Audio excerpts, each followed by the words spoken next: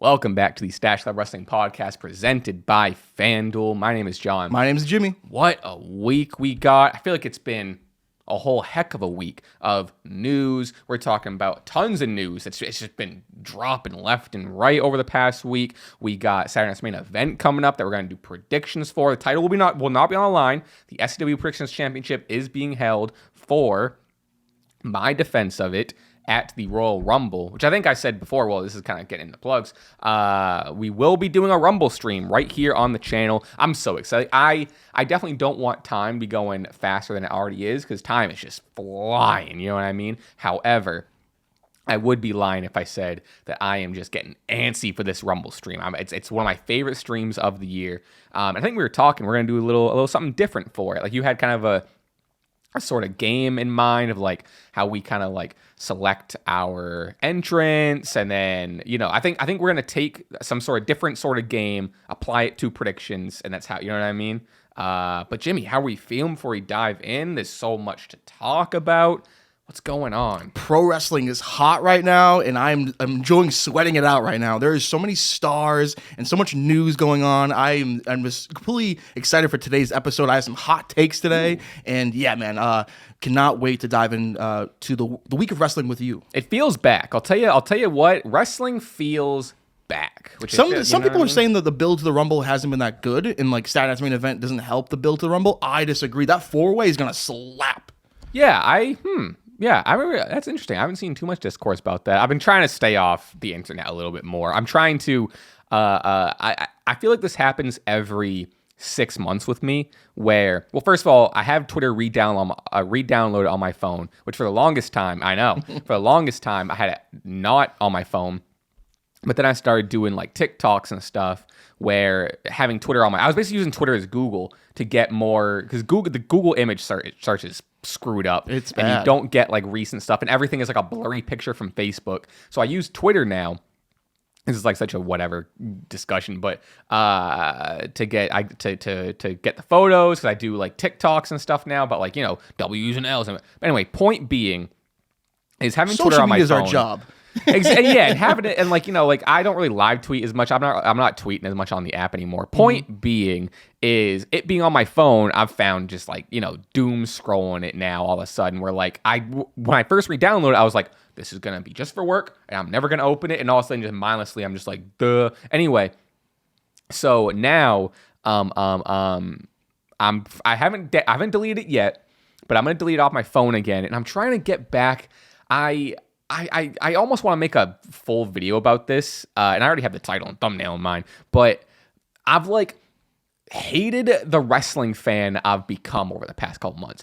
Everything is so, and not that a lot of it is influenced by like comments. Not that I think I've been like super negative, but like the negative stuff does get kind of like inflated. I feel like I've just gotten so just like, I don't know, I'm paying too much attention to the internet, and internet comments are influencing me too much, good or bad. And part of what I always prided myself on this show through all the years of it is that it is not too internet pilled, and it is open to everyone, and it's whether you're a new fan, an old fan, whatever. And I feel like in my head, and I could be off base, but in my head I've just gotten a little too just like internet wrestling fan. And through all this blabber, the point I'm getting at is I want to just get back to watching wrestling as a wrestling fan and talking about wrestling. Now, that does mean talking about the news and who should get booked. Like, sure, I'm still going to talk about wrestling like a 29-year-old does with a podcast, you know what I mean?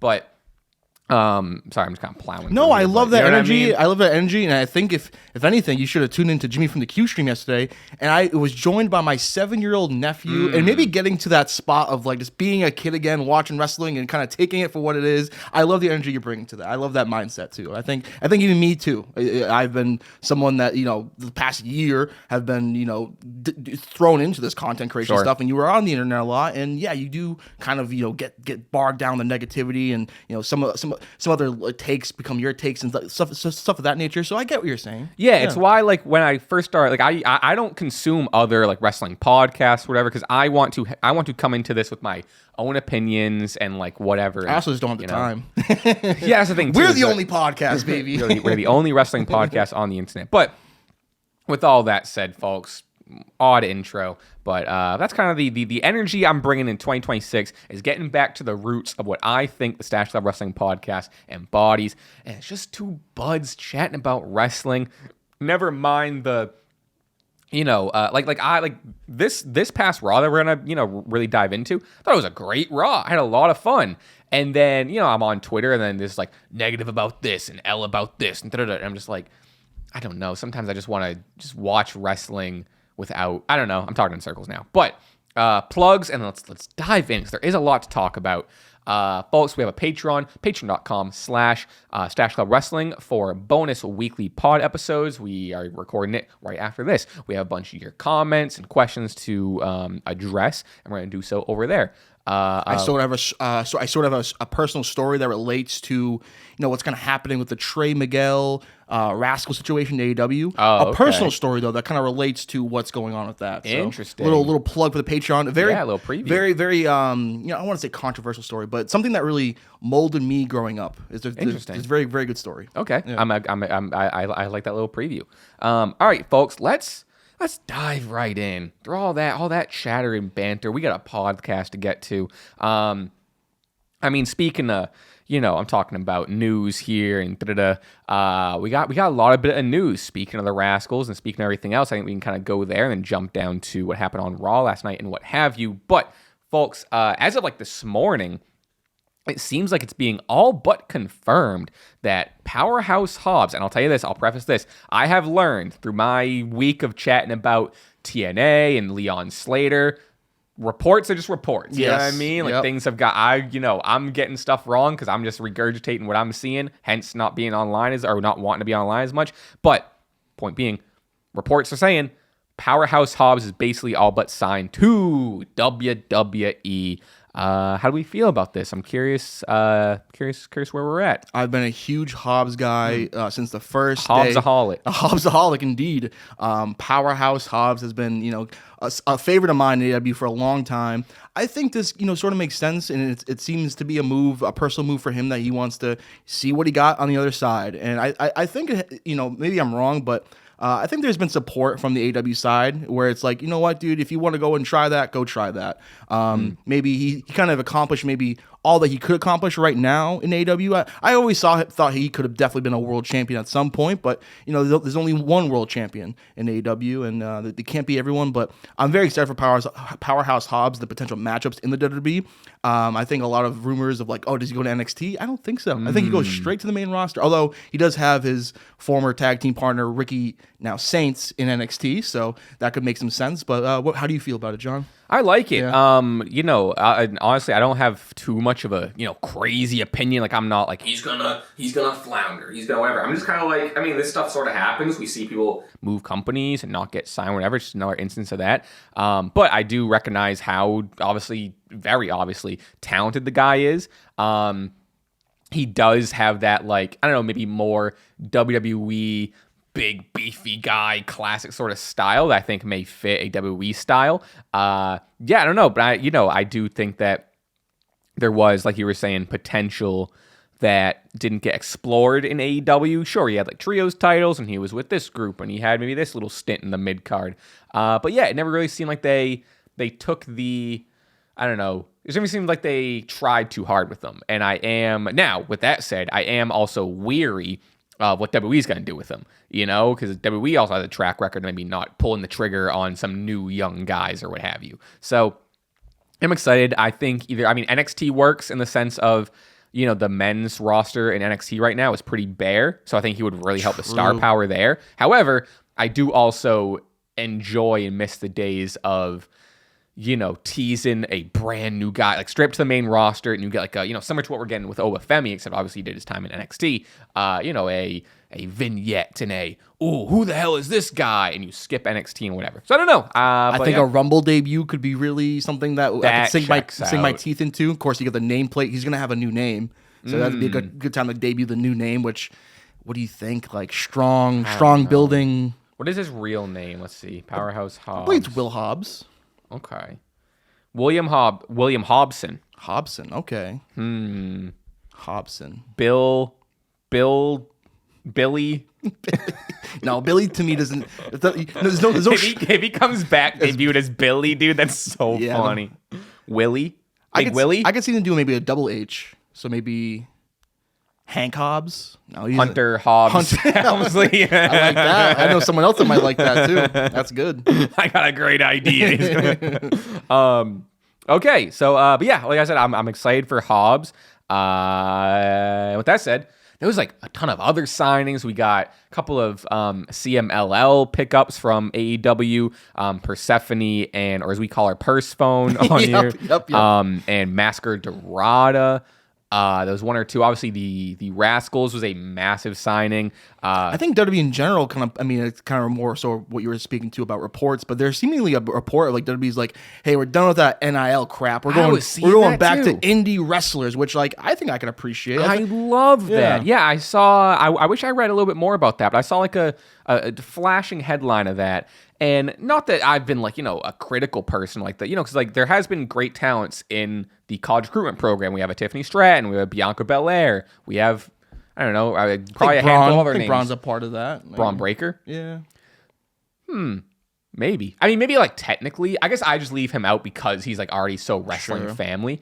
But like, so like sure, and like I don't know. I'm sure other NXT, like I don't know if Sol Ruka, I believe, was probably a college athlete. You know what I mean? Yeah. And she's like one of the best going right now. Absolutely. So point being is like sure there are like talents, whatever, but I do think there is so much talent on the independent scene, as we've also seen this weekend with some other news. Congratulations to Alec Price and Jordan Oliver. I'm not as familiar with Jordan Oliver, but. I'm sorry, at this point I'm bouncing around here. I love it. No, it's great. But yeah, it makes so much sense for the WWE to look at indie wrestling, bro, because that's where, like, for instance, the main event of Raw this Monday that we're gonna get to, it was CM Punk versus Finn Balor, and it was one of the most entertaining and just pure like, ROH. I mean, people are gonna hate that, but like, sort of just like ROH real grap sort of wrestling we've had in a long time with two older guys that were built up in this like indie scene, and like, you know what I mean? They weren't college athletes. Not that there's a pro or a con to that, but you know what I mean? I don't know. We just see, if we see that is what the main event is, maybe it's like, oh, maybe the indie guys do know something. Because to me, and this is me like really just armchair fan speaking, but to me in my head, there is a difference of a college athlete being turned wrestler, an indie guy on, trying to make it to WWE. I mean, that's very obvious, but point being is like mindset, right? The college athlete may have never watched wrestling before, and they might not really have that emotional connection, whatever. And yes, that does work out for like some people, and they can learn that. But you have these like an indie guy who like has that grind and has spent years on the indies, knowing the learning the psychology and emotion, all the small things. You know what I mean? That's what I mean. So it's like, different paces of a wrestling, maybe not just going, spot to spot, as what we've kind of seen, which I think is a big criticism in wrestling today of people just it's and I used to not really be like this, but now I'm seeing it more and more where it's kind of choreographed athletic dancing in a lot of cases. You know what I mean? It's like a indie guy who knows how to make a thing feel impactful. And you know what I watched last night? We'd like to take a break in the episode to tell you about our sponsor today, FanDuel. The wild card round is here, and FanDuel is turning on playoff mode. All customers get a profit boost pack every NFL playoff game day. Each game day during the wild card round, you'll find a pack loaded with multiple profit boots waiting for you in the app. Pick the matchups you believe in. Jimmy, what do you believe in? What do you got? I believe in the New England Patriots heading into Denver to face the Denver Broncos. Can the Patriots reach the Super Bowl again?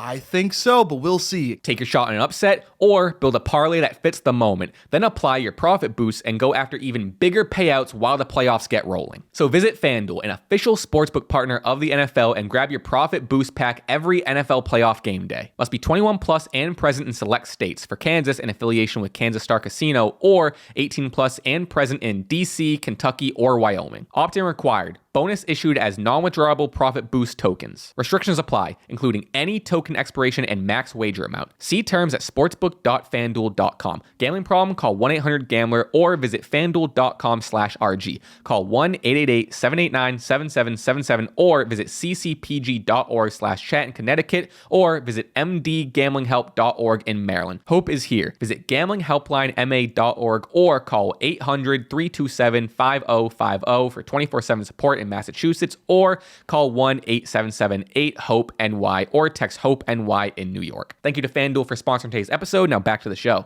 And again, I know I'm bouncing around. No, You're the one that came in fuel with caffeine, not me. But I watched Eddie Guerrero versus Kurt Angle WrestleMania 20. And the match was so on the mat. Obviously, it's Kurt Angle, so like it's real submission and holds. And they did that for about 7 minutes. And then once you kind of get past that, the first suplex that gets hit in the match feels like the biggest move in the world. Because that means so much, because they spent the first 7 minutes of the match struggling and trying to get the upper hand and trying to get the guy up. When that first German suplex hits, you're like, oh, that's a bit, you know what I mean? So it's, I don't know, not to sound like a fucking old man here being like, back in my day, these moves used to mean something, but I don't know. It's interesting. I don't know. I guess just how wrestling has evolved in general. This is the conversation. It's very interesting, and it's a huge opportunity for a lot of these independent wrestlers to take that brass ring. And I think, like you said earlier too, with the amount of call-ups from NXT, all the stars that seemingly just went to the main roster, and it's kind of overwhelming. And it's a good thing too, because we're on a streak right now with 3-hour SmackDowns. I think 2 in a row that have been really good. Raw's been smacking. I almost want to say, like, one of my hot takes today was like, Roman Reigns, we're good this WrestleMania season. I genuinely mean that, John. I'm all set. We have so much young talent that needs to be elevated, that needs, important wins in spots where, like, I'm all set on Roman Reigns, during this WrestleMania season, returning and cutting a promo every other week, and then leading up to Mania. The Raw graphic says Roman Reigns returning. Yeah, so I kind of had that thought on the way here. It's like, I'd much rather see the younger guys, But and then with that being said, NXT kind of wide open for those younger talent to be elevated. So it's really exciting. Kendall Gray, get her up there. Oh, 100%, million%. Speaking of Kurt Angle, you know what I mean? Exactly. But yeah, to kind of round out that, I do want to also reiterate on. I didn't end up going, but reiterate on the Alec Price and Jordan Oliver call up with like the MJF coast, like just the in the motion in the video. I've seen Alec Price a bunch of times on the indies, and the guy, every time I see him in these jam-packed places that are holding 20, 30, 40 people, I'm like, this guy he's the guy. How is he not signed? I think a massive signing for Tony. I saw some people talk chirp, I don't know if you want to call it chirp, but rumors of Jericho maybe not re-signing, and people were like, all of a sudden, news kind of hits that like Jericho's not re-signing, and all of a sudden, weeks later, Tony Khan's signing all these people, and everyone's like, damn, how big was Jericho's contract? now Tony's got all this money to, There's also then reports now of, maybe this means that behind the scenes, there's maybe an ROH TV deal. Ooh.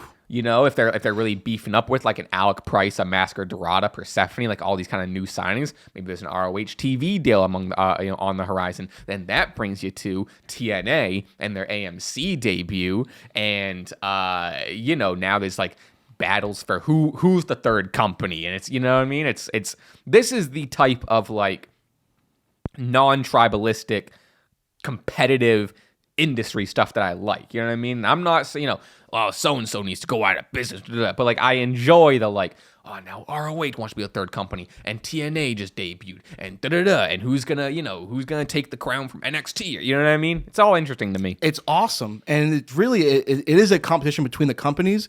But as wrestling fans, I would love for the tribalism to really start dying down, and understanding that these companies are all kind of personality tests, or like. There's different flavors of wrestling, and sure. I think both companies, especially the first two, because people like to joke, TNA is the second company now. No, not yet. But AEW is number 2, WWE number 1. Both, I think, strive when they try to be a lot less like each other. So that's something I really want to see in the next year, is both companies developing their own separate identities, and knowing that it's a beautiful, healthy thing for the industry to have those two big companies succeed. I agree. So I agree. Yeah. I don't know. I think we lightly covered all like the news and reports in terms. I mean, like. We kind of keep mentioning the Rascals. I guess we'll go to the Rascals. Obviously, the Trey stuff. Is all sorts of stuff going on there that admittedly I'm not as educated on. But I liked them. I saw that video of them popping up on Collision, and they had, which the weed smoker gimmick and them coming out. You know what I mean? But a lot of personality. As someone who admittedly isn't as familiar with the Rascals, I think a very cool signing for AEW. I'm very excited to see what Desmond Xavier and he's the one. Oh, he was formerly Wes Lee. Correct. Yeah. I know him. And I know I also was very much in the dark about the Rascals totally. For some reason, like, I am a big wrestling fan. And I stay up to date. But they eluded me. They eluded me too. And I think it's because they've had instances where they, as a group, can never be together for whatever reasons. There's been reportedly numerous reasons why other companies didn't work out, whatever. Okay. They've never all been together under one roof for too long. And seemingly that's the case this time because there's Trey Miguel won't be re-signing to AEW. But my first instance, I'm like, I do actually care about these guys because they're potheads. That's hilarious. Great opening segment on Collision. Invited the I'm blanking on her, the backstage ring announcer's name, but like, oh, you want to come join? Because I'm working. Like, oh, so we are too. So very endearing. I love that character work, and definitely I'm interested to see what they go. I know the type of wrestlers they are. The flippy, very acrobatic, and which I can get into. But we'll see. We'll see how they do. And it's been unfortunate though that they're kind of coming into the company's kind of the dark cloud over their kind of entries. They had Trey Miguel, now they don't. Right. So that's unfortunate. But hey, if anything, it's getting them to be talked about more. So I'll say that. Good press, bad press, what have you. But I hope that situation works out, and I hope Trey Miguel figures it out and all that stuff too. But I am really interested in Myron Reed. Who reports are saying that he's like he's like the guy that AEW. Not that the reason they signed the Rascals, but like of the Rascals, they're like. Myron's the one. Franchise player. Yeah. Yeah, very exciting stuff going on. Like every day it felt like there was like a news between the Powerhouse Hobbs stuff and Rascals, and like it's been a lot going on. It's also like at this point, we're fully in. Sure, the WrestleMania season does start at the Rumble, but I feel like we've been in WrestleMania season since January. As soon as Drew beat Cody for the WWE Championship, it opened up the floodgates, in my opinion. 100%. Yep. Okay. Let's jump to Raw. We got a lot of stuff to happen on Raw, and then we'll kind of go to that stuff. Then we'll go to Saturday's main event predictions. We'll go to some SmackDown stuff, which will kind of bleed into Saturday's main event, honestly. But, cool. Okay. Big Gunther and AJ Styles. We start out the show with Gunther declaring himself for the Royal Rumble. AJ Styles comes out. He's like, no. You're not gonna be in the Royal Rumble. You're gonna face me. I want a rematch. They're playing on the you tapped out stuff. And then, long story short, Gunther's like, okay, well, first of all, he's like, I don't want to face you. I already beat you. Who cares? Why, whatever. And he goes, I'll face you if you put your career on the line. And he starts maniacally laughing. And he's like, and then earlier in the promo, AJ was like, you won't face me unless you're scared. And then Gunther and the promo just like, unless you're scared, which, like, to pause here at that promo, I loved, and this is me again, putting my phone down, just watching wrestling as a wrestling fan, which I'm really enjoying, and I really enjoyed Raw last night in that mindset. I loved how just stereotypical pro wrestling this was. It was literally just like, I want to face you. No. What are you, scared? And then Gunther stopped. You know what I mean? Like, being called scared is like the worst thing in the world. And you know what I mean? I loved it. But Jimmy, it was later then confirmed. AJ Styles was like, I talked to my wife. He said, beat his ass, Wendy. You're on. At the Royal Rumble, we're getting Gunther versus AJ Styles. If AJ Styles loses, his career is over. What do we think? There's a lot to dissect here. When Gunther said that, and I, as a wrestling fan for many years, I did see it kind of coming a little bit. Still, when he delivered that, my jaw hit the floor, man. I am deathly scared that the Royal Rumble 2026, after 10 years of being in the company, could be AJ Styles' last match in the WWE because he's going against Gunther, the ring general, the guy who is a career killer. He even told it. He ended Goldberg. He ended John Cena. And now he's looking to add AJ Styles to that list. And man, I think it could really happen at the Rumble. I truly, truly do.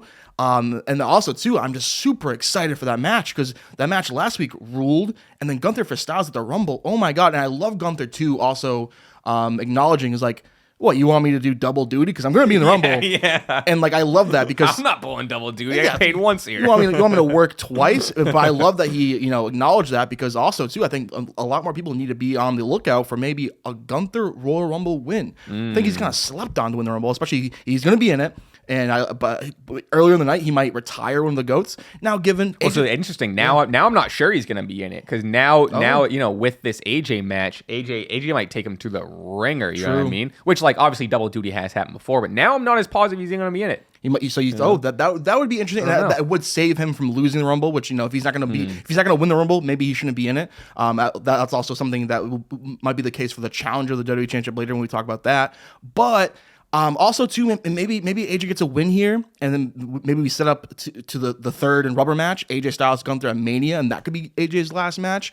But regardless, this was some good stuff, man. Two of the best, and I really cannot wait for their second match. And here's the thing too, I was thinking about this, and it's kind of what we were talking about earlier to start the show.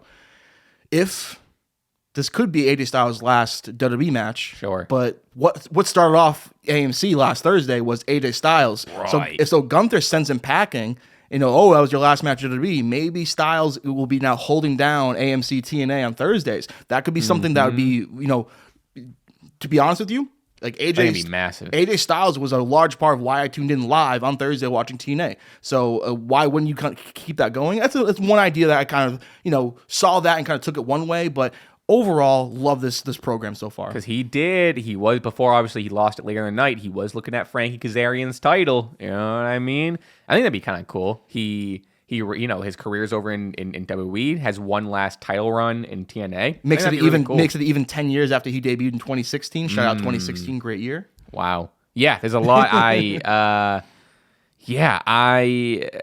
excited for this match, and obviously, it's like, the wrestling fan in me, where like I love the Gunther of it all. I love the career killer. But then you look at it and it's like, whoa, this could be AJ Styles' last match. Like we could be only mere months after John Cena hung up the jorts. We're getting AJ Styles hang up the soccer mom haircut, or you know what I mean? The gloves. Yeah, I don't know. I'm also seeing. So what I find really interesting is there is, unless I'm just not looking hard enough, there's no reports or nothing confirmed about how deep into 2026 his contract goes. There's nothing. I think there was a little bit, maybe a few weeks ago, that maybe it was over in January, which would give a lot to credit to, the Rumble being his last match. But I don't know. And now I'm seeing speculation, as we all do, of maybe WWE is playing us. Maybe WWE knows that the zeitgeist is thinking about, like, well, AJ is up in February, and like you were saying, I would love AJ to get this one. Give me that final match at Mania. You know what I mean? Sure, Rumble to Mania.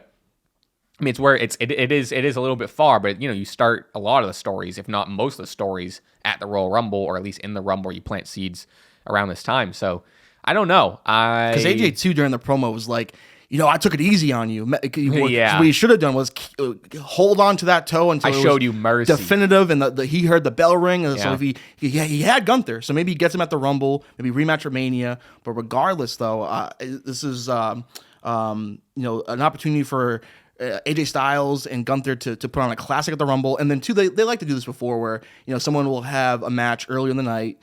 Whether it be a cash-in or like this the Rumble, where Gunther might lose early in the night, and that kind of, oh man, like a tough loss for Gunther. Which I don't love Gunther taking a loss so soon after being ending John Cena. But then comes in and destroys in the Rumble, which to me, he's had so many good Rumble appearances, Gunther, in recent years, so he's due for one. And to me, it's like it just adds to the overall theme right now in WWE and all of pro wrestling right now, where it's like it's so unpredictable. Anything right now is like I can't put a prediction to right now. So stay off me for predictions. But it's great though. It's really entertaining. Yeah. Again, we have Saturn's main event predictions later. We're gonna. Obviously next week is the Royal Rumble predictions for the SCW Predictions Championship. I have No clue, dude. I have no. I think this is the only. Correct me if I'm wrong. This is the only. No. The W. I was. My question was it the only non-Rumble match announced? But obviously, we do have the Drew McIntyre title match pending. SummerSlam main event winner. But yeah, I don't have much else to say about this other than I'm excited. I like this. I love that we are at least now confirmed that they are doing the career killer Gunther sort of thing. And if this is AJ's last match, this is actually it. Sure, I do think it will feel a little rushed and a little sudden, but obviously at that point, contract stuff is contract stuff. But like, if this is really it, Gunther's got to take that win. End AJ Styles' career. That's going to be crazy. But also, what I'm thinking too is like, where does this go? Let's just say, and the more I'm talking about it, the more I'm thinking AJ Styles is going to win. This isn't going to be his retirement. Maybe I'm just wishful thinking. But where does this match go? Because if you put this match before mostly anything else on the card, in my head, if you put this before a men's Rumble, that kills the Rumble. Because people are like, we just saw AJ Styles lose his retirement match. I don't give a shit about, you know what I mean, Jey Uso yeeting at number 2 or whatever. Yeah, I mean? I hear that point too, and that would kind of aid maybe a Styles win and retain his career. But then too, I truly think there might be some smoke to the fire of like this. That could be his quote unquote last WWE match. Yeah. Goes to TNA and then maybe finds his way back to WWE through storyline or what have you. But because again, like you said, he was eyeballing that TNA championship, and you have a situation here in the modern day where WWE is working with TNA, he's working with AAA. You can have these storylines where wrestlers, have to leave the company or last match of their career, but then they go to another company, and then you're still under the WWE umbrella, still working and elevating those companies because AJ Styles is a massive star. But it's compelling. But I also too am not totally against the idea of Styles Gunther 3 at Mania. Yeah, I like that. So overall, just 2 of the best wrestlers possibly ever, and I'm just enjoying it. God, the Rumble's gonna be so fun. Hell yeah, dude. Okay. Speaking of stuff, we got Natalya finally turning on one Maxine Dupree. I'm seeing a lot of back and forth about this. I like it. Yes, is it so goofy and silly? To me, 100%. That's what I liked about it. At the end of the day, we're watching wrestling. It is very soap opera. It is very silly. Maxine failed to win her Intercontinental Championship against Becky Lynch. Toward the end of the match, Maxine maybe seemed to have it, and then Natalya puts that foot on the rope. And Maxine, the emotion she expresses and the shock, like she has really good facial expressions. Natty just just sitting there being like, nope. There wasn't like I said, this segment wasn't like perfect by any means. But to me, and maybe I'm coming into this too glass half full, but maybe I'm just choosing to enjoy stuff. But it was so silly and fun and just like classic wrestling trope again that like I sat there being like cool. And my silver lining is if this means we're getting Natty Neidhart, which honestly I'm still kind of holding my breath. Yeah. But this means we get Natty Neidhart. Great. I am nervous because as hot as the Belfast crowd was for the whole show, they were pretty quiet during this. And it would have honestly helped the segment. Again, I don't think the segment was perfect by any means, but I think the crowd being a little more invested, and granted, if the crowd's not invested, they're not invested. It's not their fault. But I don't know, the silence didn't really help. And then it was long, and then like Natalya kind of came back and like beat her up a little bit again. And I don't know, like I said, it was goofy, but it crossed that threshold of goofiness where I liked it. And I was like, it's classic. Oh no, underdog Maxine and whatever. But I don't know. Me and you have been pretty invested in the storyline, and we're big Maxine fans. I'll say this: Maxine, Becky, the 3. This one was way better than their previous match. I enjoyed it. Yeah, I think to pause there. I think. As I was watching, I did really enjoy this match too. I think it's one under their first match. I enjoyed their first match. That's where I'm putting it. For sure. I'm glad you said that. Absolutely. About that. And I think the crowd part of it could be more so. I mean, hometown Becky Lynch or home country-ish Becky Lynch. So they're kind of maybe supporting the man mostly. But to me, this was very rushed in terms of the storyline between Maxine and Natty. I don't disagree. I would have loved for this, improvement storyline for Maxine to last longer. For me, as a TV viewer, show viewer, to have watched the on-screen duo of Maxine and Natalia have more dialogue, have more build to this turn. For me, this turn didn't really mean much, just because we've only seen that one training montage, and it to me was a bit predictable, because like whoa, Natalia is now managing Maxine kind of out here for this being the first time, because I think there maybe were 2 or 3 vignettes, but this is this being our first time of seeing an actual on-screen connection of Natalia. Where like I agree, if we had Natalia for the past 3 weeks and she was like, even like continuing to train her backstage with Alpha Academy, or like more involved in the vignettes, I agree. I think that would have helped it hit harder. Or maybe even frustrated that she lost, because Talia then costed her the title. Put Becky's foot on the rope and stuff. So it to me was just like, I mean, I think there's definitely more meat in the bone, or they should have went in a different direction, because after last week we were both kind of just up in arms, like, you already dropped the title, Maxine. Like, what do we do with Maxine? Yeah. And I was like, you know what? Have a glass half full mentality. We'll see where they go storyline from here. To me, this was progressing the storyline a little bit too soon. But overall, like you said, Maxine delivering the shock face tremendously. So good. And again, if we do get the low-key legend on TV, I'm all for it. So again, I'll say this. It was kind of rushed in my opinion. But hey, let's see what we got. Yeah, no, I don't disagree. I think, too, it's like, which, like, again, there's a pro and a con here. Where pro, Maxine not getting the title back / losing it the other week. Kind of, I don't know. I still don't even like taking the title off of Maxine. Like, if they were gonna do this turn, which you might have said, why not do this turn and that costs Maxine the title? Sure, it costing her the rematch for the title is, it's still something to be said, but like, I think it would have hit harder if she had a little bit of a run, then the title gets cost. Maybe because Natty's jealous because she wants the title. You could have had this feud for the title, you know what I mean? So, like, I think not putting the title on Maxine, one, it doesn't show me that WWE has too much trust in this storyline. But, again, the pro of it, where I think WWE sometimes falls flat, and they've been solid about it in some places, but women's feuds that don't involve a title. And this is an example of a women's feud that doesn't involve a title. So we're going to get Maxine and Natty feuding while Becky hopefully has some sort of thing with the IC, whatever. But like I said, to contrast what I just said, that's the positive. I do think this would have hit harder if we had the IC title involved somewhere between Natty and Maxine. Because now the IC title is not even involved. And now we just have Natty and Maxine. And sure, there is the story there and reason to fight, but we didn't get a whole lot of, I think that, which again, not that I think, and I'm always saying, like, let things develop, and we don't need it told to us like right this second, but I am curious what Natty's motive is going to be. If not it for, I'm jealous and I want the IC title, what's the motive? Why were you training her for the last, sure, kind of wasting your own time there, Natty? But yeah, we'll see. Yeah, it's kind of where I'm at with it.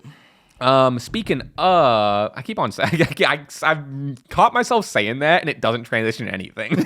Speaking of wrestlers, Rumble announcements. We got a lot of Rumble announcements. I'm gonna miss people, but we got like Jey Uso, doing that's the first person you named. I don't know why it's off the top of my head. But he had a pretty good, fiery promo. I think mainly because I really loved the, shout out Jimmy and Naomi. Hopefully that was just a general, like, love you guys. Hopefully everything is, all right on the fam end. But yeah, who do we got? We got Jay. We got Gunther, kind of. The Codester. We had Cody the other week, which I did get confused, and I thought he said, I'm the first to declare. I thought he meant he's entered number one. Yeah. You know what I mean? I kind of took away from that too. The same thing. Like, oh man, Cody, you're gonna be number one. Mm-hmm. but not the case. Not the case, okay. Apparently. Who else we got on the women's side? We got Rhea, Io, Liv, Roxanne, Raquel. Who else on the men's side am I missing? That was like a bunch. There was a decent amount of announcements. I'm kind of missing some. I don't know. It doesn't really matter. Point being, I guess it kind of contradicts what I'm about to say. How do we feel, or about to ask? How do we feel about all these announcements? I'm one that doesn't usually love it, but like where we at right now on the announcement? As long as not all 30 participants are announced, I'm okay with it. Usually I love like the typical Royal Rumble graphic they throw every year where it's like everyone's render thrown into a picture of like 30 people. Obviously one of the best parts about the Rumble is the mystery element of it and the surprise entrance. So yeah, announce the people that we know Cody Rhodes is going to be in the Rumble now that he's not WWE champion, and we know Gunther's going to be in the Rumble, you know, because he's a top heel of the company. But yeah, don't announce everyone. Keep it a surprise. You know, I thought it isn't a good opportunity to get some of the wrestlers on TV with a promo saying, "Hey, I have this ambition to win the biggest match of the year." So I do like it in some regards. The all 14 announced. It was mainly, I thought there was more men, to be honest with you, but we have this is just last night on Raw. We got Gunther, which again up in the air. What's going to happen there? Jey Uso, Penta, Rey Mysterio, Dragon Lee. Obviously the Codester, I think maybe one or two others. And then the women, Rhea Ripley, Io, Liv, Roxanne, Raquel, Asuka, Kyrie, Bayley, Lyra. Which yeah, I'm in the same boat where like I'm fine with the big name stars like a Cody or even like, you know, a veteran like a Bayley who's like, yeah, of course Bayley's going to be in it. I'm fine with them being announced in the same sense you were. One, it builds up hype because like, yeah, I'm going to be in the Rumble, But I'm also fine stopping here. You know what I mean? Sure. Like, and I do think next week we're going to get more declares, but I'd even like some qualifying matches. That's fun. You know? So we've been pretty blessed with a lot recently on WWE TV with qualifying matches. Like each of the members of the Fatal 4-Way Silence Main Event had to qualify for that match. So I love the kind of ongoing thing of like, hey, these matches that we're having on TV matter. So I wouldn't hate some qualifying matches for the Rumble. And I like sure. I think people misconstrue you know my criticism of like, you know, announcing people whatever. Like, yeah, like all the announcements we get is like, obviously Penta and Ray are gonna be in it. Like obviously Liv Morgan's gonna be in it, Rhea Ripley, but even again, I think when I'm sitting there watching the Rumble, sure, and if I really want to sit there and think about it and ruin it for myself, I'm gonna come up with like Bayley and Rhea and are gonna be in it. But I like to be surprised. Even like I think surprises aren't just like.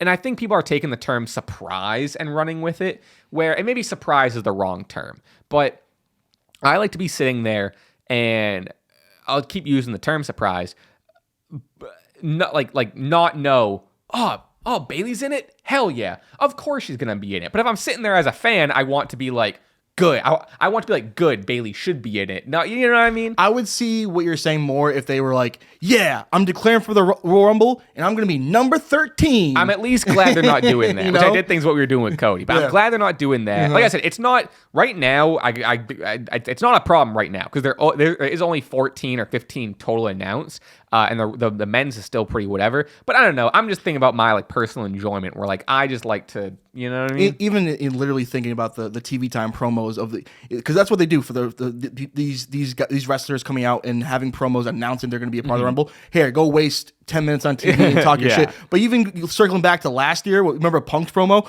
I'll throw Hulk Hogan's ass over Dusty ass over the Rumble. So it does give you an opportunity. I thought last night Jey Uso came out and kind of had a nice promo too. Like I'm like, hey, maybe Jey Uso has a chance. So I hear what you're saying too, and but I also think like I do enjoy a nice little. I'm gonna enter the Royal Rumble and I'm gonna win it. Big thing though is as a wrestler don't mention the term 29 other men. I hate when they beat I'm that to the throw head. 29 other men. It's like, what if you come out at number 17 and there's already 10 already thrown out? Like, shut up, dude. Yeah, I think Undertaker a few years ago, I got 29 holes for 29 souls. It's like, dude, you're not gonna dig that many holes. I think I keep on having what was my point?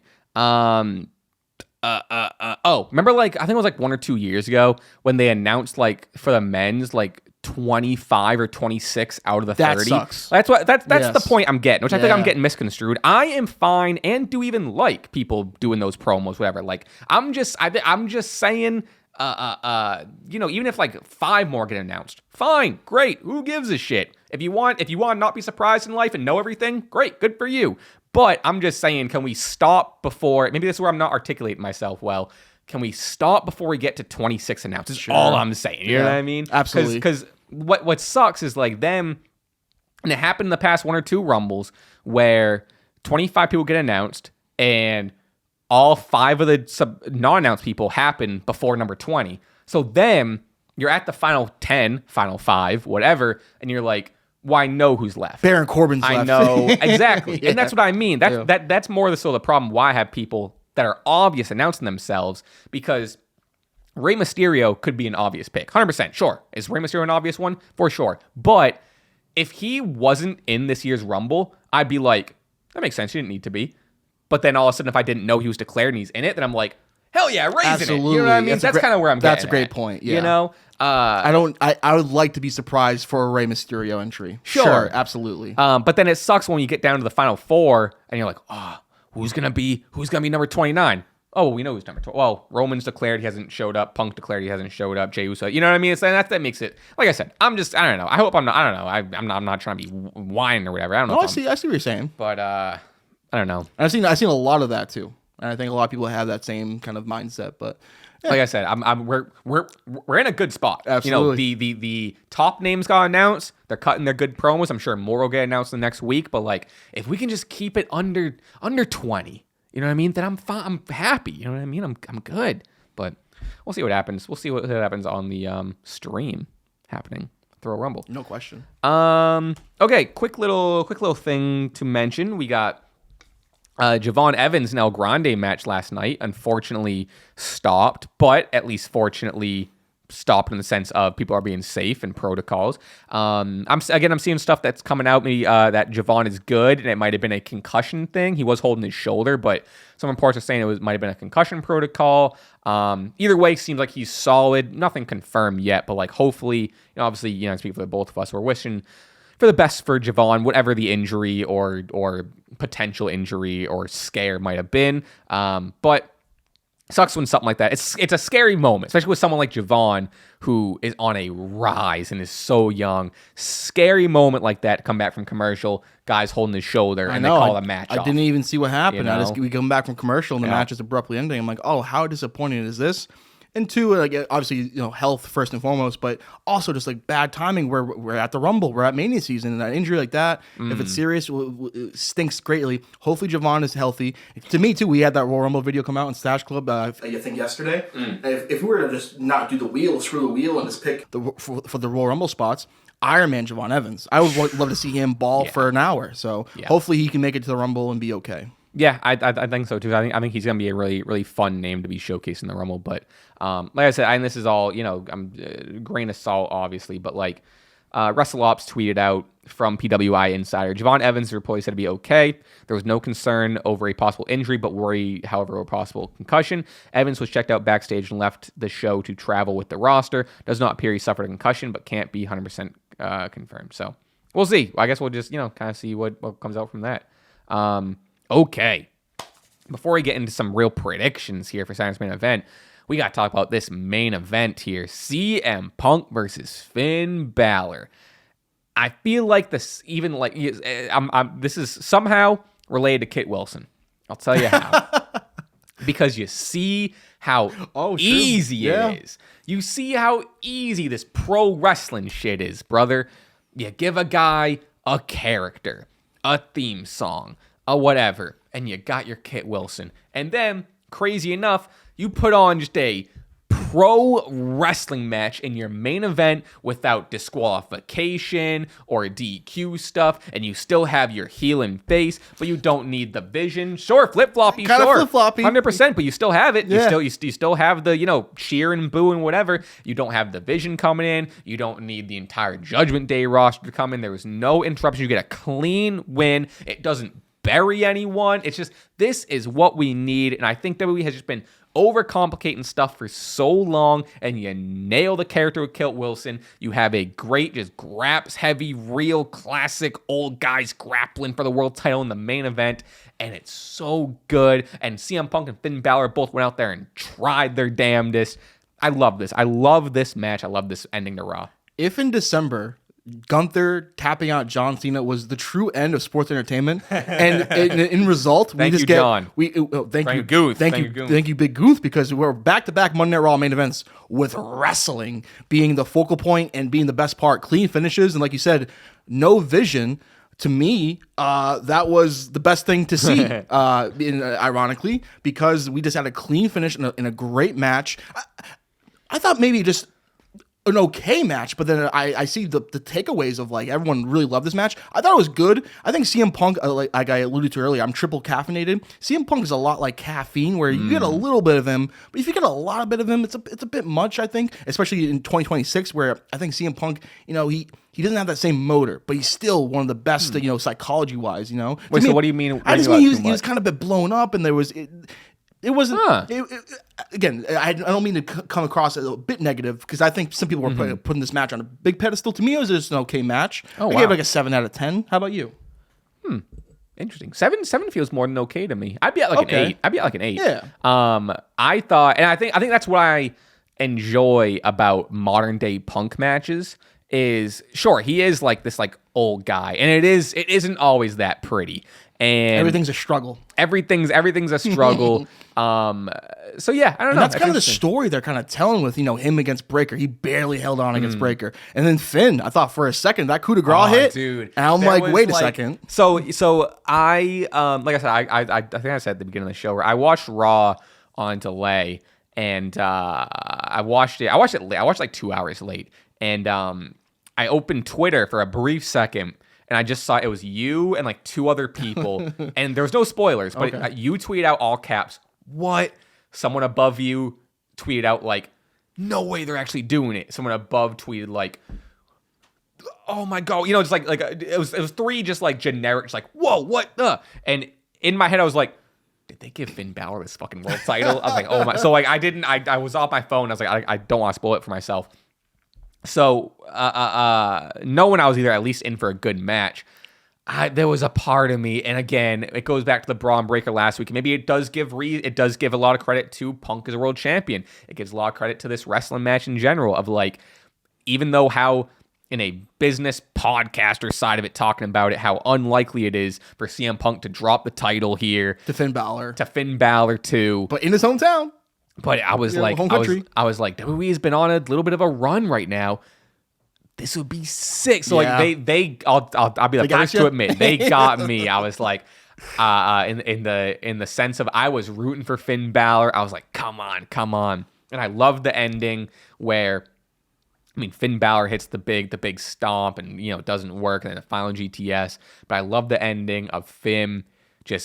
Well, you know what? We haven't even fucking mentioned, dude. I mean, as we're transitioning talking about more Finn Balor in this match, the entrance, the OG entrance. What? Talk to me. What? You didn't see him. Well, I thought that's kind of what you mentioned about the Kit Wilson thing and how the fact that. Well, you know what? I didn't even think about it, but no, sorry. I thought your lack of a was. I thought you were about to give me a hot take about Finn's entrance. No. Okay, I thought you were about to hit me with a. It's fine. I would have been like, no, it's not. Yeah, you're off the pod. It gave me chills, and like the course of him being in his home country, it was beautiful. And to me though, I thought the lights went out.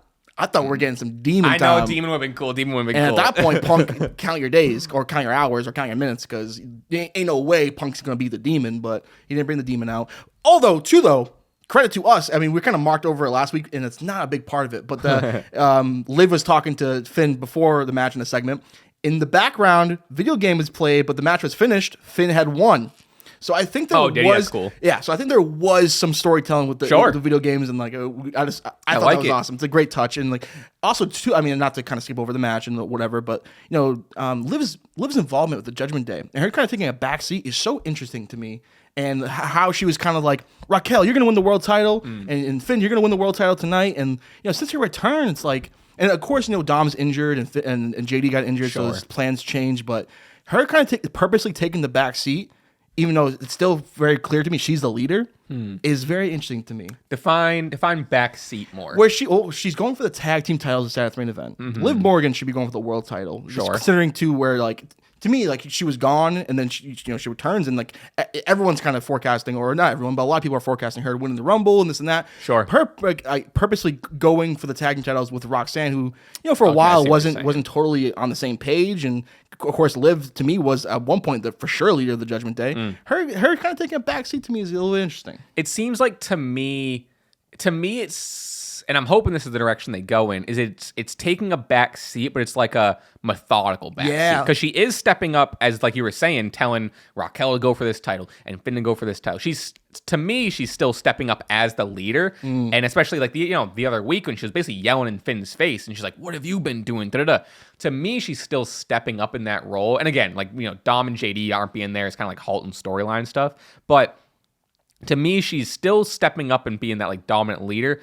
But she's made methodically, like she's last night during the promo, she was what she kept saying, my Roxy, I think she kept calling her. Yes. Like my little Roxy or whatever. Where it's like this weird, like, oh yeah, no. I want everyone to win. Da-da. And hopefully when like a Dom comes back or whatever, it's like, I tried letting you guys flourish. And I had to step up and win the Rumble. You know what I mean? Whatever. Maybe like allowing them to fail for them to be like, okay, now it's my turn. All our resources for me to win. Sure. Thing. Could be. To me, it's fascinating to me. I think it's almost a purposeful backseat for Liv. Yes, I agree. It's like whoa. But with that being said, we get the main event, Finn Balor, Punk, and it was a very good match, solid match. It's something I want to see more of on WTV. And I love like the ending too. And again, it goes back to like the presentation of Finn Balor, which is why I brought like the OG theme. And again, it does go back to what I was saying with Kit Wilson. We're like, you see how and sure, I get it. He's a heel. You don't want like the heel guy doing this like big over the top thing, whatever. But like, God, and obviously they're in Belfast, but like the guy is a star. Like, it's crazy how the atmosphere, the entrance, the big match just instantly put this guy back to what he felt like in NXT Black and Gold. He feels like a massive star. He looks great. And then you at the end of the match, these guys are a sweaty, beaten mess. And they shake hands. They have a little bit of a chat. Punk goes to walk off, gives him a hug. And you know what? We talked about it earlier. When they hugged, instantly, what I thought about is the announcement, not to go in a complete whatever. When they hugged, I instantly thought about the report of WWE going after indie guys again. Because I was like, that's what you get. You get someone with a CM Punk mind to go to leave the ring, and then you know what? No, I'm going to give this guy a hug and whatever. Again, and two locker room leaders for sure. Yeah, who just like grew up on just like, like it's just it just felt like something you would see in like a send-off match in ROH when all the streamers are hitting the ring and whatever, and two guys who just went to war give you, even though they're still heel and face, whatever, but a hug and whatever, which is what I appreciate about just like these two wrestlers. They know how to like bring out emotion and tell a story, and I think a lot of it's genuine in that ring, especially with like Punk giving that hug. And we don't know what was said. We need a lip reader to tell us what was said. I believe that was their first ever one-on-one match too, if I'm not mistaken, which is like kind of crazy, like whoa. Big if true. And to me it came off like, as CM Punk was like, and Finn Balor's not like a new superstar, but to me it came off as like Punk's the world champion, and he was like, this is where you should be.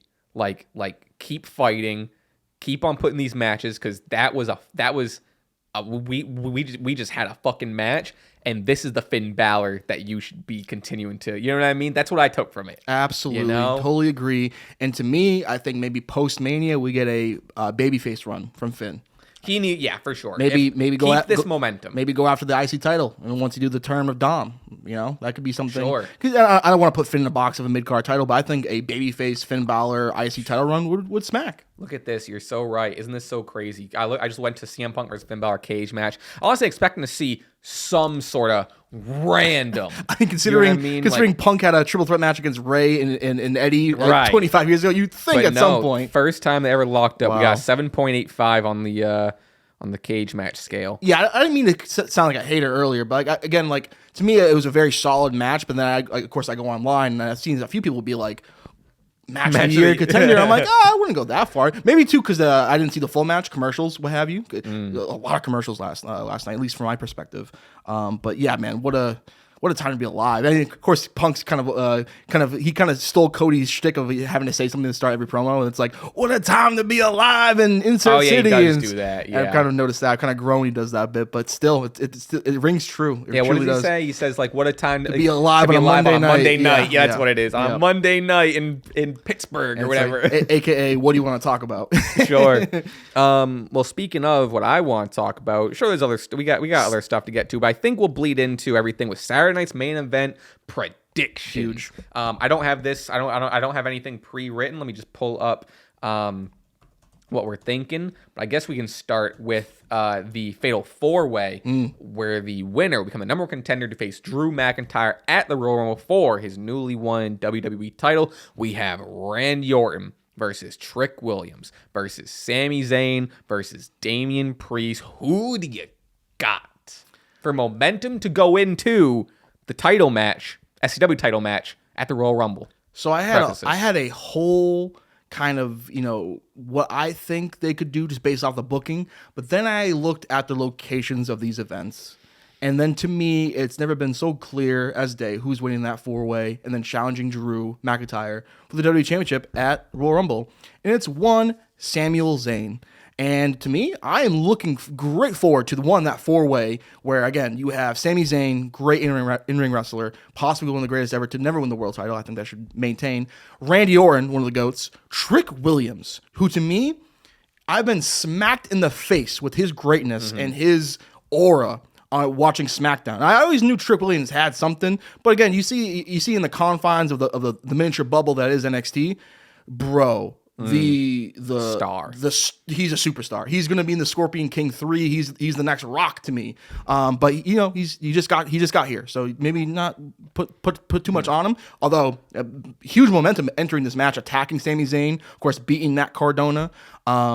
And then who's the fourth guy? Oh, Damian Priest. And then Damian Priest beating the pin. Which is actually ironically was someone I was going to say might win this match just because he needs it the most. But now I am like, no, they're not going to do that. The only reason I can see him winning it is because Drew's gonna win whoever he faces at the Royal Rumble. I wouldn't be so sure. Sami Zayn to me has a freaking chance, John. He does. And in the same breath, you said that he should never win the title. He still has a chance, though. Out of the 4 competitors, the match itself, Sami Zayn versus Drew McIntyre, will be in Saudi Arabia. The crowd, there will be so much momentum, online momentum, in the arena momentum, physical momentum. Sami Zayn could very well get his first WWE championship against Drew McIntyre. I could see it happening a little bit.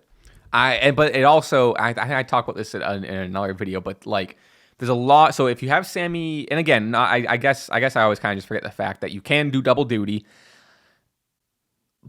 It's kind of, wait a minute. Oh, and here's the thing too: with Sami Zayn winning the Fatal 4-way match, it gives him the excuse, the WWE that is, to not put Sami in the Rumble. Because I think the double duty thing is the reality. But I've seen in the past, again, as long as your name's not Brock Lesnar, if you get a WWE Championship match at the same day of the Rumble, you usually don't end up in the Rumble itself. Yeah. But again, Brock Lesnar has broken that rule, whatever. But I think that would be what if we get double duty? Oh, that'd be awful. We get Sami. No. Wait a minute. Hear me out. I'll let you speak. Sorry. Hear me out. Well, I think you know what I'm going to say. Okay. Sami wins the Fatal 4-way.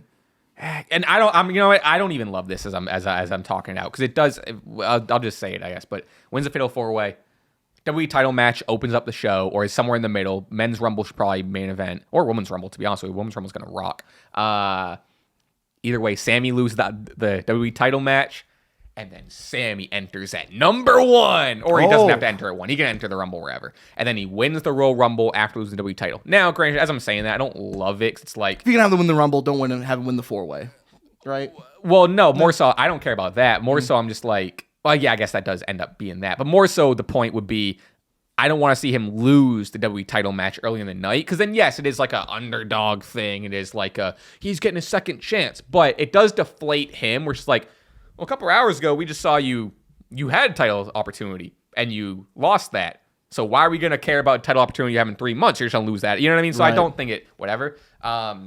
Because I don't know. I could see them doing that, especially keeping in mind of the Daniel Bryan situation many years ago, where poor Rey Mysterio got booed out the building just because they were disappointed that it wasn't Daniel Bryan. I don't think that'll happen to a degree in Saudi Arabia, just because they will pop for the eventual winner, Roman Reigns and whoever. But they might want to keep Sami Zayn out the Rumble, especially if he ain't going to win it, because it would be disappointing in some regards. But right, so that's the thing. If he wins the Fatal 4-Way, he's in the title match. He's not in the Rumble. Which again just kind of goes to like, it's I don't know what's the better direction. Which I think the better direction is, or not better, but the one that I have in my head is have a Randy Orton win this Fatal 4-Way, because Randy's not going to win the Rumble. You don't even need Randy in the Rumble. He can save his back. Have Randy versus Drew. Massive win for Drew on the Royal Rumble. And then, which maybe I'm still just holding on to this hope, you can have Sami Zayn win the Royal Rumble. Because I just think it's a better story. Do you want that for sure? Number one? Like, what do you want? If I were to pick right now, Braun. Not to put you in the spot. No. It's him or Braun. Yeah. Who I want is him or Braun. Yes. Obviously, if you start getting this, which I don't think they can't do.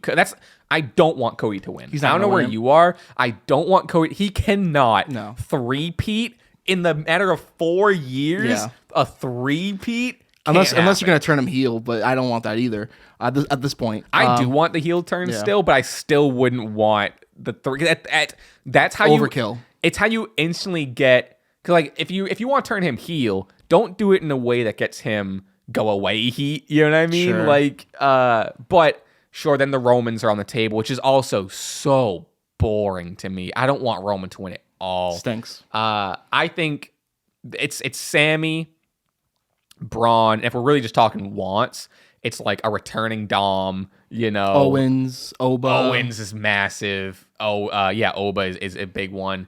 I don't know. To me, Randy will be in the Rumble, and massive spot for him. Not massive spot for him because he should be in every Rumble, but massive spot for him to entrance, big pop, whatever, and then him have more interaction with Cody in the Rumble. Yeah, maybe elimination, do that too, right? So to me too, because again, my problem is when a new champion is crowned, especially the WWE Championship, which doesn't change hands often. The first few competitors of the WWE Championship, I'm like, they're not going to win. Drew just won the shit. But Drew McIntyre for Sami Zayn in Saudi Arabia, and Drew already kind of has this stigma of like, oh, you're a transitional champion. You're not going to hold that title on for long. I would legitimately be like, oh my goodness, I think Sami Zayn could do it. And it would be a hell of a moment if you were to crown his ass at the Rumble.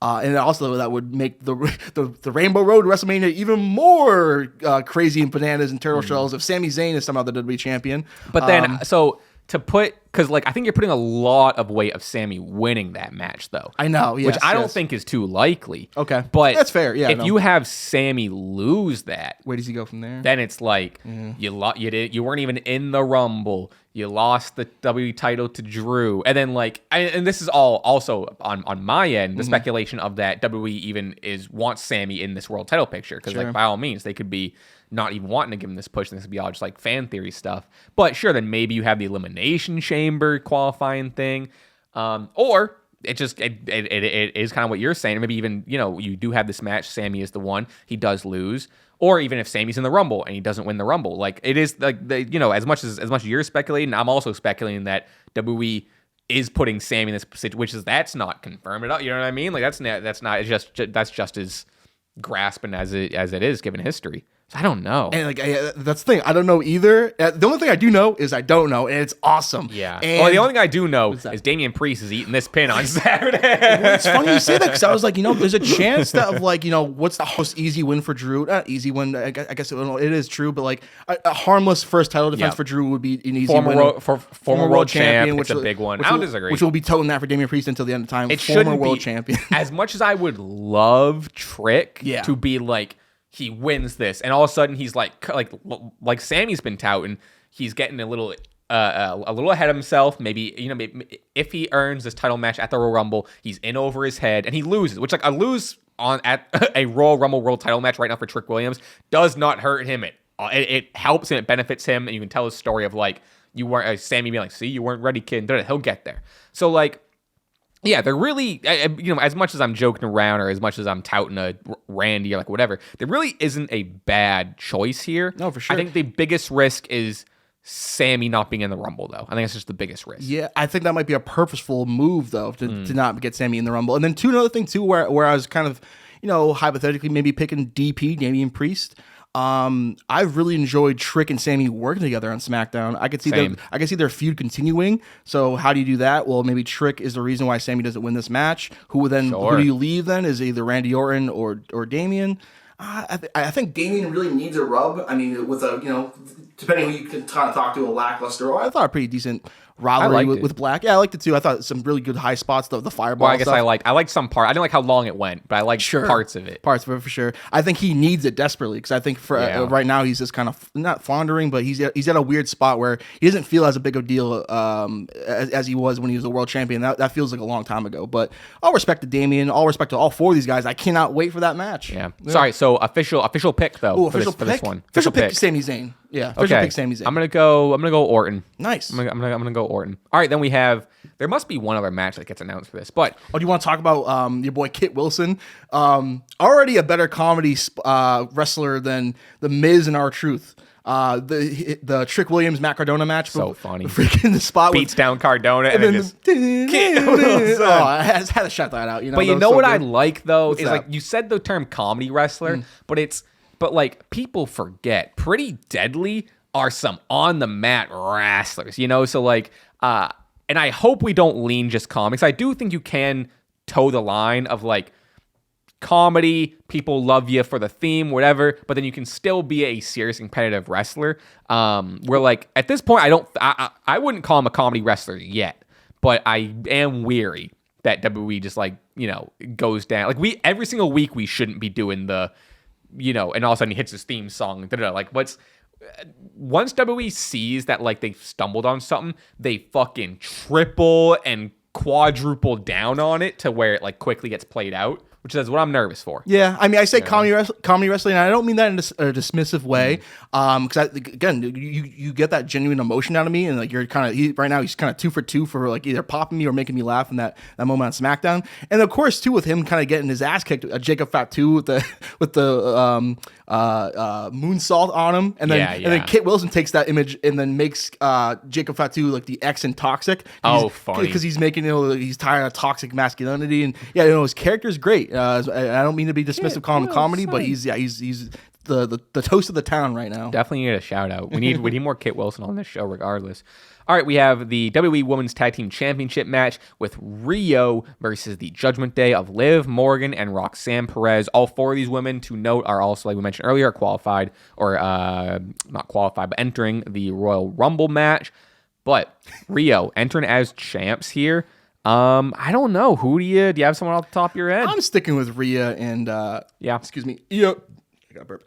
Rhea and Io Sky, I think, retain. I don't think Liv Morgan truly wants these tag titles with Roxanne. Yeah. I think there's definitely some hidden agendas with old Liv. And to me, last night I was cracking up at the promo. They were like, wait, Rhea and Io, you're both gonna enter the Rumble? How does that work? Yeah, they were acting like Tim Robinson trying to like understand something that's pretty simple. They're like, wait, what? Like they just don't. There's two of you, and you're both gonna enter the Rumble. What? Which, I'm so glad Rhea called that out because like 10 seconds later, Liv went, all three of us are joining, and Rhea's like, what? You just fucking said that? Yeah, I'm glad that wasn't just like laid flat. You know what I mean? It was like. Up.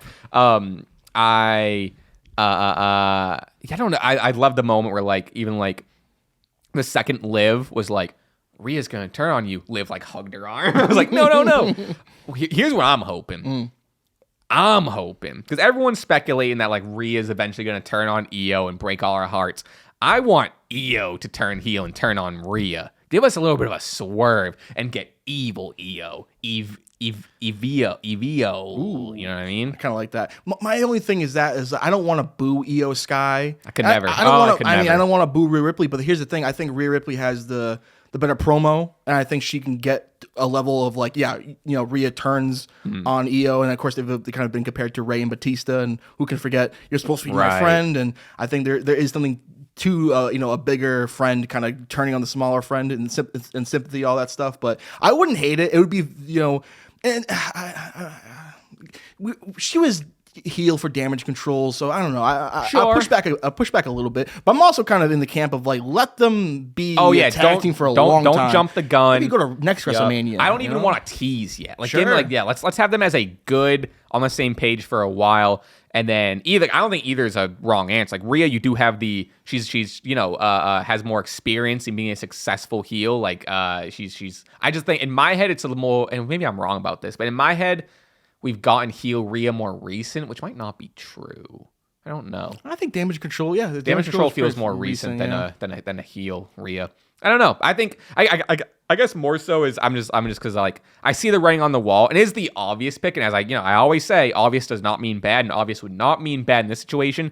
I think here I just kind of see like like do the different thing. And to the overlining storyline. She's such a natural baby face in EO, so it's like it does make sense. It's like Rey Mysterio being a heel. I know. I'm telling you, I don't disagree. And of course, the overlying kind of storyline, factor that I just love about it is, Rhea still hasn't beaten EO 1-on-1. Yes, so right. You have that motivation too. There's the grudge that's always there. Yes. I think my pick here is Rio as well. Yes. I don't see the need for a title change here. I don't think we're gonna get any I think the cracks we will get is Roxanne losing the match for Liv, and Roxanne, all of a sudden they're pissed, and we'll get a lot of storytelling further for this tag stuff in the Rumble. Maybe a Stephanie Vaquer appearance / save, because she wasn't on Raw recently and she's still recovering from the foot injury, and she's also beefing with Raquel. I guess if there's, I guess it is pretty guaranteed there will probably be Raquel interference. So I think, if we get Raquel interference, I think maybe again, injury depending, we'll get some Steph, but I don't know. All right, and then, which every time I see this graphic, I'm like, it's not for the WWE title.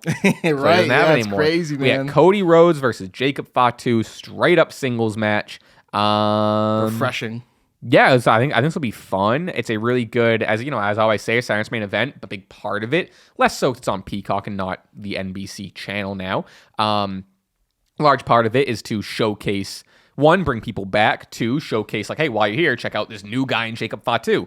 They did the same thing with Obafemi last Silence main event with Cody. I think this is a great spot to showcase Jacob on Silence main event and just have a fun Cody match. Shenanigans, fully could see similar to Oba. Oba beat Cody. Yeah. But I don't know if they have Cody lose on back-to-back Silence main events. Could be shenanigans. I think I'm going Cody, though. I'm going Cody over Jacob, I guess. This is a tough one. I almost kind of retorted shenanigans, from whom? But again, Drew McIntyre could poke his head in. I just think because Jacob's not aligned with anyone right now. No really. No MFTs, no bloodline. Just a Samoan werewolf on his own, and I love it. Yeah, I do like it. I almost kind of lean towards kind of a repeat of Staten. You can't do a disqualification again, can you? Oh, I'd be so disappointed. And also too, it's Jacob Fatu's return match. Yeah. Kind of needs a win. I'm going to go Jacob Fatu. It's not a bad... Yeah, I don't think that's a bad pick at all. This one's pretty up in the air for me as well. Hype for it, though. This is going to be a banger. Yeah. Because there's not... Again, it's no title. So, there's not a... yes, there is, wins and losses should mean something. But, at the end of the day, the winner or loser doesn't really... nothing really happens out of this match, I think more so a win, to your credit, a win does more so benefit a Jacob Fatu, than it does, hurt a Cody or whatever. But... I mean, I'm probably the only one that was really kind of hoping for it, but there were reports of the potential Cody versus Roman Reigns 3 at Mania has been scrapped. But then the rumored matches I've seen are Cody Rhodes versus Drew at Mania, or hypothetically Cody versus Drew versus Jacob Mania, which to me is we're gonna extend this whole storyline all the way to Mania, and how do you? Both those matches definitely to me aren't as sexy as Cody versus Roman Reigns. But I'm in the minority of wanting that match again at Mania 42. But do you like those two potential matchups better than a Cody Roman 3? Considering we're getting Cody versus Jacob at Silence main event, and not the Rumble, but I don't know, I just don't see that being lasting all the way to Mania and me being super about it, Because I do. I mean, obviously, Cody Roman 3 is the big spectacle, but we haven't seen Roman. Cody doesn't have the title, which I don't think. Maybe you can wait one more year, which I don't think is a bad idea to wait. Wait one more year for Cody Roman. Maybe you do it every other year. Kind of like that. Yeah. And I would support massive momentum for Jacob Fatu to be in a WWE Championship match at Mania. But just it kind of goes to Drew being. Say the other match. Say the matches again. So Cody Roman potentially scrapped allegedly. So instead, the rumor matches are Cody versus Drew again 1-on-1, or Cody versus Drew versus Jacob again, or not again, but that instead. Interesting. I don't know. I was even thinking about it. I'm like, I would love if it was Cody versus Roman. Maybe you play on the fact that the internet is going to hate that, reject it. You insert a Sami Zayn, make it a triple threat match. The dynamic between Cody versus Roman versus Sami would be whoa, But my thing though is I think there's so many potential matchups for Mania, and I really hope they don't screw it up. To me, I'm surprised we're not. It makes the utmost sense that if we're going to be on the path of Gunther versus Cody at Mania for the title, or maybe not even for the title, but Gunther just retired Cena. Yeah. Cody's boy is Cena, and like they've had 2 Rumble final 2s, I believe, Cody and Gunther. So to me, and they have great chemistry. I would love if it was Cody versus Gunther at Mania, but we seem kind of far away from that to be a possibility. Yeah, I mean, we're gonna get a lot of answers answered on in 2 weeks from now, because we'll have the result of Gunther AJ, which will tell us is that is AJ retired or is that what Gunther's doing at Mania? Obviously, I mean, this is such an obvious thing to say, but the winner, if we know if Cody gets tossed out in the first 2 seconds, or if Roman's, I don't know. But even the Rumble winner, you have the great prospect, which I always enjoy about the Rumble winner. Which champion you're gonna choose? Yeah. And in the chamber, and I just don't know, and I love not knowing. It's what great. If now we're just getting this has been a very speculative episode, which I don't hate it. What if? Whoa, hear me out. So Rumble, right? We have one more entrant to go, and I think you're gonna like this. It's, I don't know, say who it's. Sami Zayn's in there, Cody's in there, whatever. Sami Zayn's looking like he's gonna win. I know. I'm still on my Sami Zayn stuff, but Sami Zayn's looking like he's gonna win. Tosses out everyone, right? We're waiting for number 30. He's the only one in the ring. Waiting for number 30. Kevin Owens. And then the last 2 in the Rumble, it's not going to happen. They'll never do it. But the last 2 in the Rumble are El Generico and Kevin Steen. Throwing it down in the Rumble to determine who's going to fulfill the dream first. Sure, Kevin Owens has already been a world champion, but a world championship match at WrestleMania. And then imagine Kevin Owens tossing out Sami. You building blocks right there. Oh man, I guess fantasy stuff or whatever. Fantasy booking, the Rumble could be an entire different video. Yeah, 100%. For the channel. 100%. It's so much fun, man. So much fun. Best time of the year. Well, we are just about out of time, but I do want to get to we skipped it. Your last week, the week before, but wrestler / match of the year. Of the week, not of the year. Of the week. I have my match. I do need a second to think about my wrestler, but if you have either of those, I'd love to hear whichever one you want to start with. Start with match, because I have my match. I'm gonna go for my match of the week. I'm gonna go Carmelo Hayes, Leon Slater, smack it down. It's a shame that we didn't talk about that more. I'm glad you said that. There's a few matches. Actually, not a few more matches, but there's another match in Raw that I kind of wanted to mention about too. But not my match of the week. My match of the week is Carmelo Hayes, Leon Slater, Beautiful. SmackDown. U.S. Open Challenge has been a great part of SmackDown. The inverted springboard Spanish fly was sick. Great chops from Leon Slater. I'm such a big fan of him. Even when they went to pitcher, I was enthralled with this match. Yeah. I thought it was really good. Slater almost cleared the barricade from the typical jumping over the turnbuckle spot.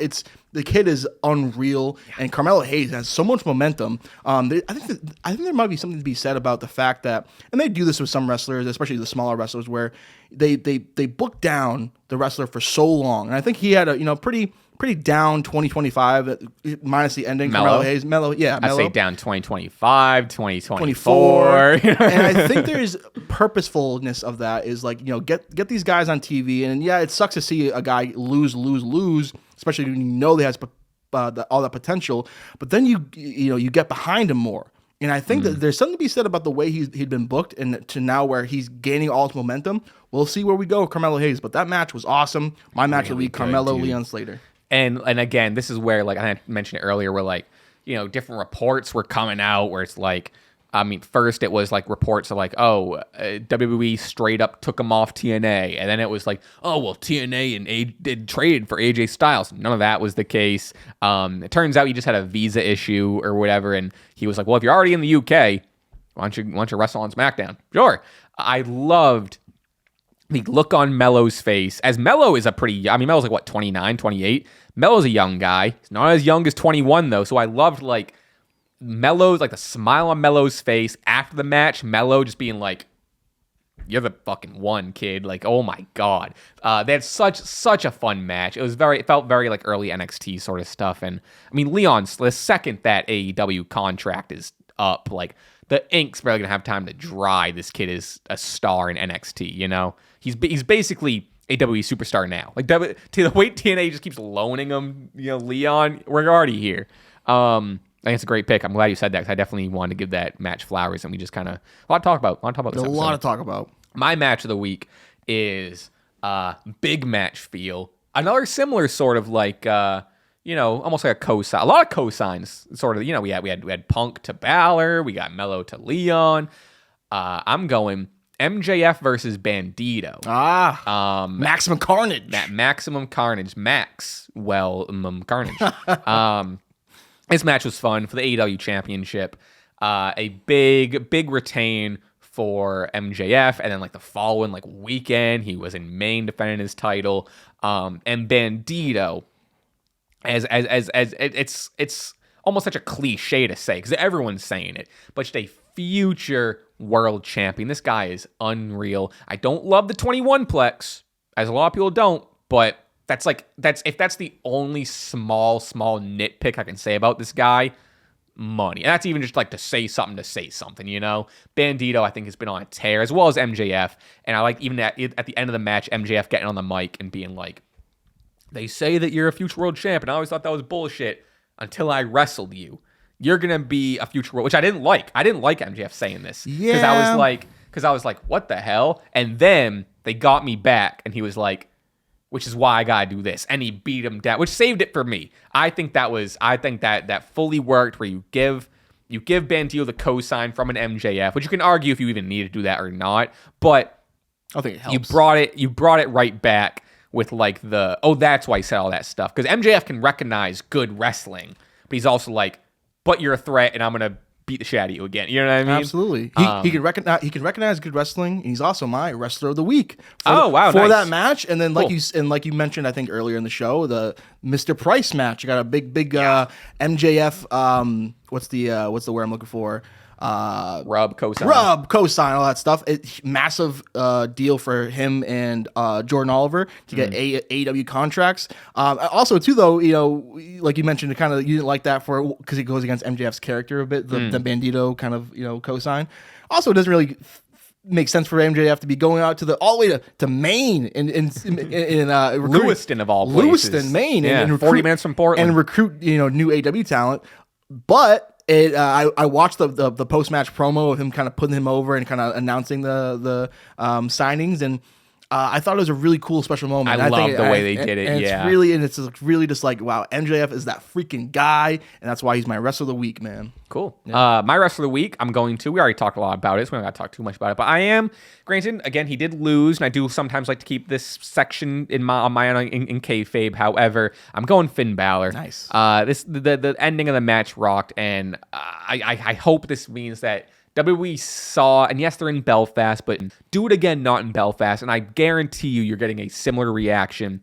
Hopefully WWE saw like, oh shit, yeah, let's get Finn Balor a renewed singles push in 2026 for real this time. But yeah, all right, folks, that feels like the show. Head over to patreon.com/Stache Club Wrestling. I'll say at the end here as I'm looking at a right error. Apologies. I think it's just the memory card is bad. So apologies about the audio. I'm working my best to get it right. This is a new fucking recorder, and I think it's just the fucking memory card. Neither here nor there. I just want to give a general apology for that. If it was really bad this episode, because it's been getting bad. With that said, I just want to spitball out real quick. The 6-man tag match on Raw was really good too. I love my God, Adam Pearce's involvement, Paul Heyman's involvement, and I think there's kind of the thing like who was on the phone. Oh, sure. It might be Stephanie McMahon. I think it might be Stephanie McMahon, and I think it's going to lead to Paul Heyman being the next GM of Monday Night Raw. You heard it here first. I've never heard a more fancy book thing in my life. No, I'm telling you. Because again, Paul Heyman has kind of alluded like, "Hey, Adam Pearce, you're doing a bad job," and he gave him the phone.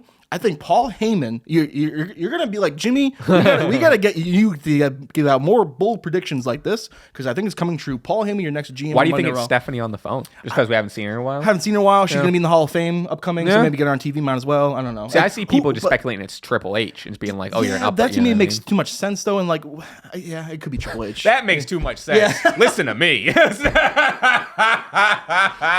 That's me's boring though. You know, like so why does Triple H need to be like a mystery person on the phone? Like to me, Stephanie, I don't know. Yeah. I should have phrased it differently. But yeah, that makes too much sense. No, listen, no. Here's what's gonna happen. I don't know. Paul Heyman, GM are all. You heard it here first. It'd be fun. Wow. Well, folks, if you want to hear more takes and whatnot, head over to patreon.com/Wrestling. I'm glad there was. God, we haven't even talked about Pierce, dude. I love the work Pierce has been doing.